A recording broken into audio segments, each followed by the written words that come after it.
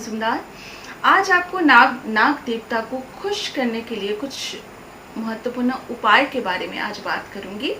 कुछ ऐसे उपाय जिसे करने से नाग देवता खुश हो जाएंगे। तो एक एक करके मैं उपाय कहूंगी, आप लोग चाहे तो नोट कर लीजिएगा। सबसे पहले जो है, नाग पंचमी के दिन कोई भी व्यक्ति को उपवास जरूर रखना चाहिए। आप अगर पूरे दिन उपवास नहीं रख सकते तो बीच में आप फल फ्रूट दूध वगैरह ले सकते हैं। तो ऐसे करके आप नाग पंचमी के दिन उपवास रख सकते हैं। नाग पंचमी के दिन कोई भी व्यक्ति उपवास रखना इसलिए चाहिए, ऐसा करने से कोई सारे दोष जो है वो समाप्त होता है। और कहीं उस दिन उपवास करने के बाद जंगल में कोई भी आपको आग का पौधा अगर मिल जाए, उसके नीचे आप, या फिर जहाँ सांप रहते हैं, कोई भी पीपल की पेड़ का नीचे हो गया, या फिर किसी बड़े पेड़ पौधे के नीचे आप एक कटोरी में दूध और केला रख के आ जाइएगा। पीछे मुड़ के नहीं देखिएगा इस दिन। ये भी आपके लिए बहुत असरदार उपाय है। तो आप इस दूध आप किस पात्र में रखेंगे? दूध अगर आपके घर में पत्थर की कोई छोटा सा पात्र है, उसमें आप दूध रखिए और उसी में केला रखिएगा और जाके आप दे के आइएगा। कोई भी जंगल में किसी मैंने जैसे आपको बोला, कोई भी आपका मंदिर हो, जंगल के अंदर हो, उस मंदिर में भी शिवलिंग के पास आप रख के आ सकते हैं। और कहीं सांप आते हैं, कोई जगह पे सांप आते हैं, तो ऐसी जगह पे आप अगर दूध और केला रख के आइएगा तो ये आपके लिए बहुत असरदार उपाय होगा। खास करके जिन लोगों को काल सर्प दोष है उनके लिए तो बहुत आसान उपाय है ये। और फिर कुछ घंटे बाद, या फिर आप सुबह रख रहे हैं दूध और केला का प्रसाद और शाम को वो वापस लेके आ जाइएगा। जो भी प्रसाद है वो आप पानी में, अब अगर थोड़ा बहुत बचा है तो वो पानी में बहा सकते हैं।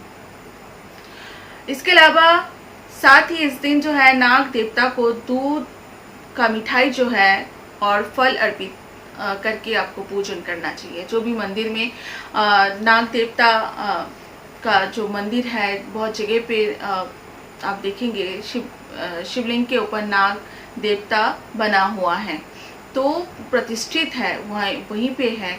तो ऐसे मंदिर में आप जाइए और दूध का मिठाई अर्पित कीजिए, फूल फल से पूजन कीजिए और जो वो प्रसाद जो है मंदिर के बाहर लोगों में आप बांट दीजिएगा। इससे आपके ऊपर जो अगर राहु केतु का प्रभाव है वो भी समाप्त हो जाएगा। इस दिन आपको करना क्या है, साथ ही इस दिन नाग देवता को आपको दूध की धारा से नहलाना चाहिए, स्नान कराना चाहिए।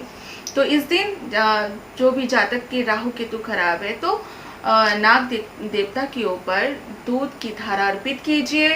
दूध से स्नान करा के बेल पत्र जो है नाग देवता के ऊपर आप रखिए। चंदन लगा के, सफेद चंदन लगा के बेल पत्र आप नाग देवता और शिवलिंग के ऊपर चढ़ाइए। धूप दीप जलाइए साथ में। इससे भी आपका कोई भी राहु केतु या फिर काल सर्प दोष है वो भी समाप्त हो जाएगा। इसके अलावा कुछ बातों का आपको ध्यान रखना चाहिए इस बात, जैसे कि शिवलिंग जो है, शिवलिंग या नाग देवता को पीतल की लोटे से जल चढ़ाए। आप जब भी शिवलिंग पे जल चढ़ाइए या फिर दूध चढ़ाइएगा, ये तो फिर वो पीतल की हो तो ज़्यादा अच्छा है, चांदी की हो तो और ज़्यादा अच्छा है। तो चांदी का इस्तेमाल आप कीजिएगा। अगर दूध चढ़ाएंगे तो चांदी में आप चढ़ाइए, दूध अर्पित कीजिएगा, चांदी के बर्तन में दूध अर्पित कीजिएगा। और अगर जल अर्पित कर रहे हैं तो पीतल के बर्तन में शिवलिंग के ऊपर या नाग देवता के ऊपर जो जल चढ़ाएंगे पीतल के बर्तन में। इसके अलावा कुछ चीज़ों का आपको ध्यान रखना चाहिए। नाग पंचमी के दिन पेड़ों को ना काटे, क्योंकि ऐसे करने से उम्र भर में छुपे जो ऐसे करने से जो पेड़ में बहुत बार होता है कि पेड़ों को उस दिन नहीं काटना चाहिए। बहुत सारे पेड़ के नीचे सांप रहते हैं, उनको तो परेशानी होती है, उनको चोट लगती है और हो सकता है उनका चोट लगने से उनका मृत्यु भी हो सकता है। तो बहुत सारे पेड़ों के नीचे सांप जो है मिट्टी के नीचे रहते हैं अपना घर बना के। तो ऐसे जगह कभी भी जंगल में या फिर घर के आसपास कोई भी पेड़ पौधों को नहीं काटना चाहिए, इससे आपका मुसीबतें बढ़ सकते हैं। नाग पंचमी के दिन भूल से भी खेती का काम ना करें। आप मिट्टी भी ना खोदें, मिट्टी भी ना, कोई भी मिट्टी में कोई भी कुल्हाड़ी का काम ना करें। कोई मिट्टी भूल के भी खेती का काम नहीं करना चाहिए इस दिन।